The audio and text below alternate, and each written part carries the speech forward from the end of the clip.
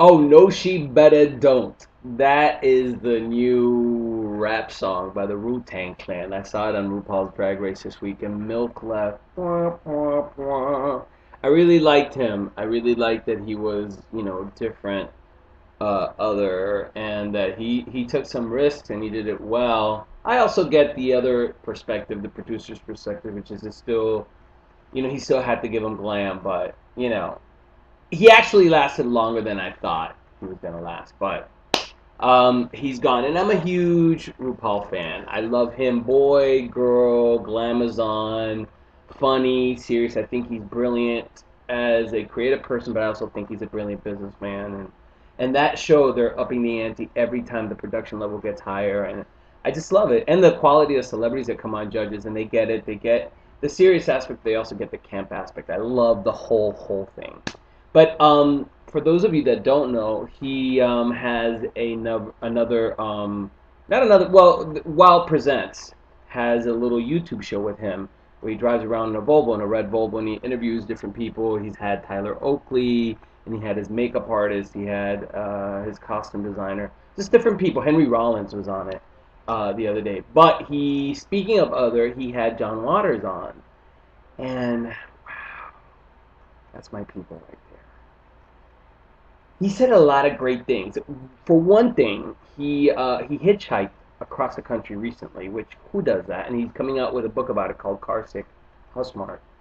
But he speaking of milk and being other, he talked about how gay was not enough for him, that he needed weird and bohemian. And so if you are an outsider, even within your own minority, don't distress, you're not alone.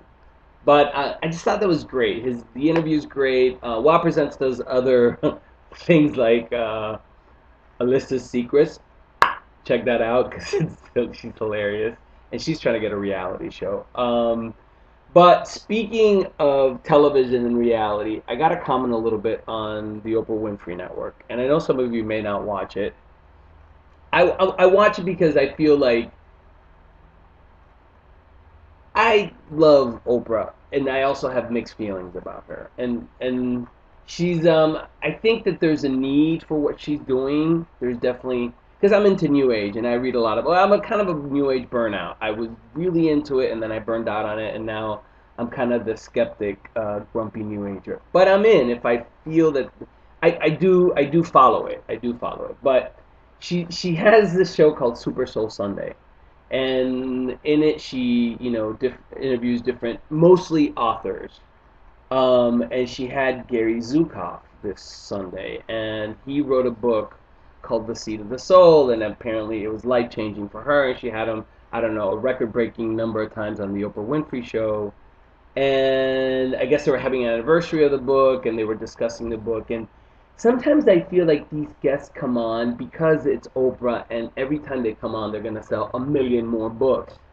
And I guess in that way it's great, but it just feels like they point to the obvious, repeat it, and go, uh-huh.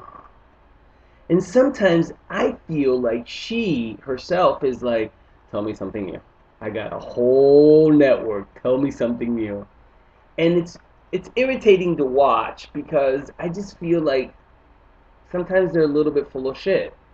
And but the reason I'm talking about it is because you know she she referenced a moment. Well, she referenced a moment when she had him as a guest. There was a couple on her show that had twins, and 2 weeks later, one of the twins died, and they couldn't move on emotionally, and they told the story to Gary Zukov, and here's what he had to say, and I couldn't believe when I heard this. He said to them that instead of being in this despair and bitterness about losing their child, they should think about, that this soul chose to leave at this time for some sort of growth learning experience. And that if they looked at it like that, they would be able to move on. And I was like, well, he said it better than that. I'm being a little mean. He said it better than that.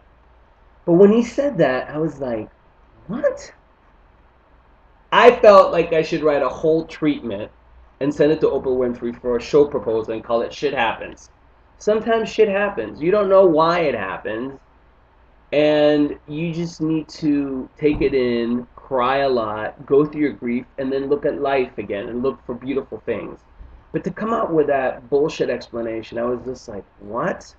So if that's true in that case, that's true in every case. So what, the 6 million Jews that were brutally assassinated in World War II, they chose that? Or the people that were killed in slavery or hung from trees? I was just like, Gary, how come nobody in the audience is like, that's just some bullshit right there. We'd respect you more if you say, I don't have an explanation, but I'm sorry for your loss.